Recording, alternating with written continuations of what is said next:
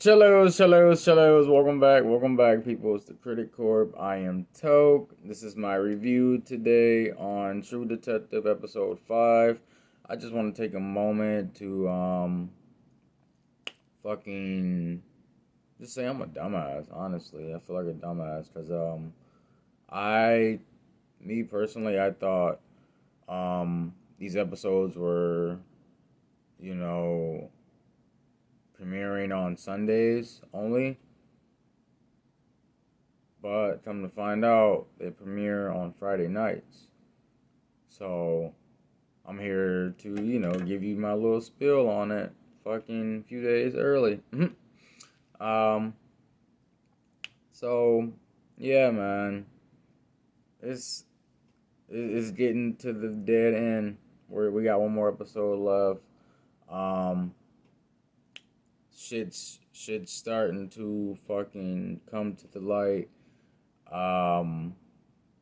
And this case is fucking it's going to get solved, like whether anyone likes it or not. Danvers and Navarro, they are completely committed to this case, man. A lot of shit's going down. It started off fucking shitty and sad again, like I said in the previous review. You kind of felt sorry for these characters. You got Danvers. She's she's in a bit of a pickle, um, fucking between her daughter Leah, just not just being disobedient, and then you got Connolly and Kate, old girl that allowed her to put the dead bodies in the fucking ice rink or whatever, hockey rink. Um, they closed the case on her. They fucking they literally took her off the case and told her some bullshit um, cause of the of all this shit, and it wasn't no murderer. It was a weather event and an avalanche freak, some freak freak tragedy happened type of deal. Um, just a natural cause of an accident, which was complete BS. Danvers called their BS. She sniffed it out, but they're in a higher position than her, so she couldn't really say nothing. Plus, Connolly exposed her and Navarro's like past case that they worked together on, and how they you know it was put in the system as suicide, but they ended up killing the person that was murdered, William Willard or whatever. But yeah, man, that and then you got Peter getting kicked out of his house by his wife Kayla. Um, Goddamn, Navarro. She's still coping with the death of her sister. Um, and then you got Lee over here. Like I said, she's just being a true just fucking badass little kid, man. You know, she's preparing to do a protest with a few her tribe, whatnot, her in her religion and whatnot, you know, and ends up getting booked, or Danvers ends up getting her booked, to teach her a lesson. But it's just a lot of shit. And you like, damn, bro. Like, fuck, I feel for these characters. Like, man, it's shitty. It's shitty. The life that they're experiencing is kind of it was real. It's shitty. It's shitty. It's real shitty. But, you know, they got a job to be done. And that's the main priority of this shit, you know. You can't dwell on Leah's delinquency, um, Peter getting kicked, his wife not fucking with him anymore, or Navarro's uh, recently deceased sister. All that shit's got to be pushed to the side because they need to figure this case out, bro. And Connolly and Kate, they seem to know a little bit more than what it seems, and is is real crazy because like, what the fuck, what what did the Annie girl do to them that made them indulge in this type of foul play is is real just puzzling to me, and I'm like fucking just anxious to get to the next episode, man, because I want to figure out what what is like what how's all this corresponding, what makes what really makes the Annie case murder case lead linked to the Salau station case. Like, what are they hiding, bro? Are they hiding Clark? Like, I feel like they know where they gotta know where Clark is. Um, it's crazy. It's just crazy. And then you got Danvers over here. She's feeling defeated, but at the same time, she knows what's right and what's not, and she's going to continue to fulfill her duties on this case. And she does that by continuing to question that druggie Otis, the heroin addict Otis, the engineer, ends up finding out that he can lead her to the cave, and how it's on this Silver Sky property, all this shit. And then you got Navarro.